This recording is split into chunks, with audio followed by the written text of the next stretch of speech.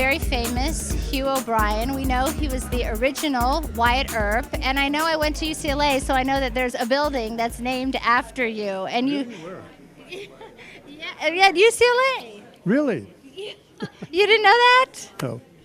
Yes, yes. So anyway, I did a lot of shows, though, at UCLA. I went to UCLA for a short time when I got out of the Marine Corps. And then I got in the crazy business, show business, and never became the attorney that I wanted to be. But it worked out okay because now when I play attorneys, I win all the cases and I get paid more. yes, that's true. Well, let me ask you, did you take theater at UCLA? Did I what? Did you take theater at UCLA? No, I took a blonde and then it was a strawberry blonde. And you got married? And there was a brunette after that. No, I didn't go through the theater arts department, but I did start a series of shows that were aimed at presentation of the talent in the theater arts department. And once a month we would put on scenes, and we would get all the people from various studios, casting directors and everything, to come by and take a look at the talent coming up. And it was very successful. As a matter of fact, I'm thinking about going back there and maybe trying to put it on again. Awesome.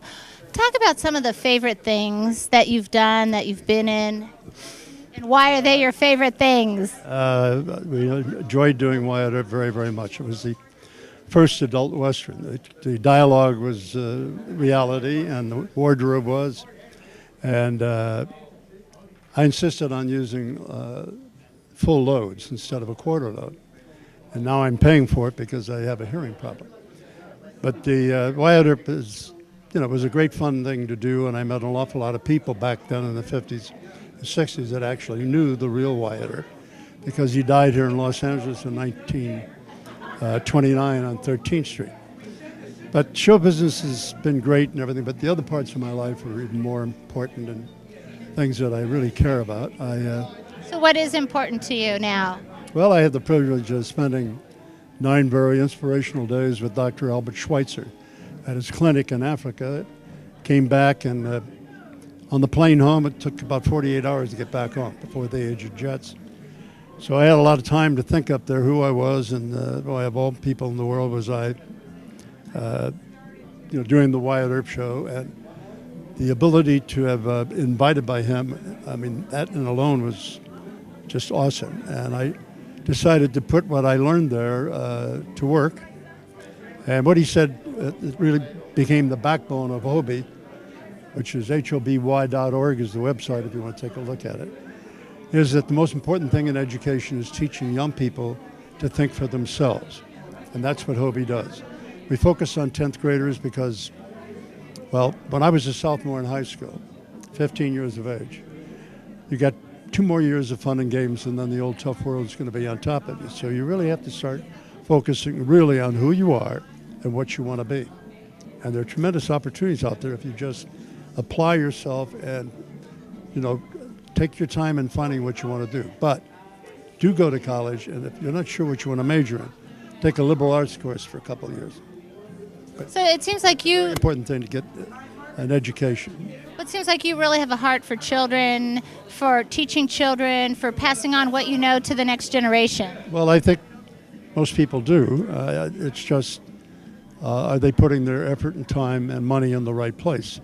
It's not just money that makes it work, it's also truly a caring situation. And I think we have a tremendous number. I'm very impressed with most of the teachers I've ever met, and their desire to pass on to young people what is necessary to become a success. And success isn't just necessarily money. Success is, well, there are a lot of ways to look at it. One is having a great family, being responsible for raising that family, helping young people whenever you can to get up and get at it. And then there are many, many ways where they can spend a few bucks and make that count. So putting money into anything that supports young people in their future, to me, is the real answer.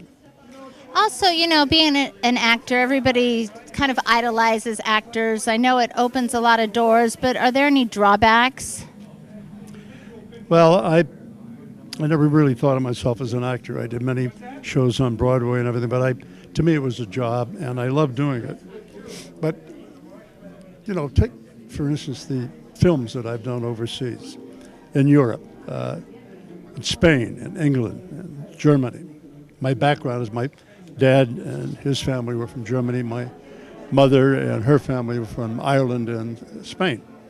But to be able to go over there and make a film, and then, if you're smart, spend 3-4 weeks afterwards just tooling around and getting to see the country.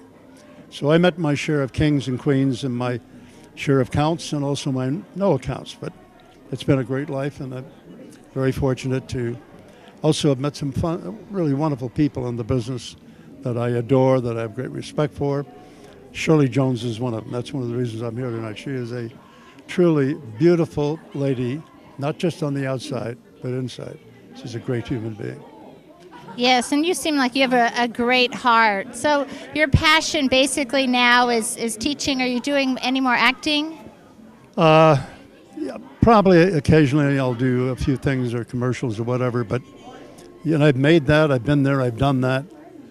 What I'm interested in doing is enlarging the program that I already do have and trying to make it available to even younger people. We will have 75 locations in the United States next spring, a little over 11,000 high schools that have chosen their top 10th graders to go to that. Then our World Congress, which is it's an 8-day program. That's held at George Washington University, and what makes it a World Congress, besides about 5 or 6 from every state in the United States attending, as sophomores in high school, we'll also have 20 to 35 countries.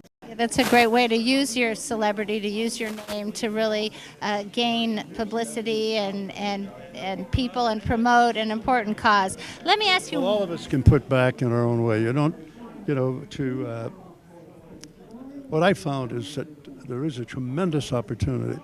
If you make a name for yourself in the business, even today, I can call a Fortune 500 company to try to speak to the chairman of the board or the president. And 9 times out of 10, he'll take the call just out of curiosity. What the hell does Wyatt Earp want with me? So it's a great door opener, and it's a way to really take advantage of what you've learned and what you've done and make something of that notoriety, make it work in terms of a positive program for other people. And let me ask, giving back to the community, that's true. I know you got to go, I got to go. Because I'm parking cars tonight. Okay. Okay. I also do windows, whatever it takes. All right. No, but I do want to say to anybody out there looking at this that I would appreciate it if you would do me the honor of looking at the website. It's HOBY.org, O-R-G, and it's pronounced Hobby, H-O-B-Y, Hobby, and that's short for my name, Hugh O'Brien Youth. Wherever you are, there are people that are involved in the program as volunteers, and you can be too. Take a look at it.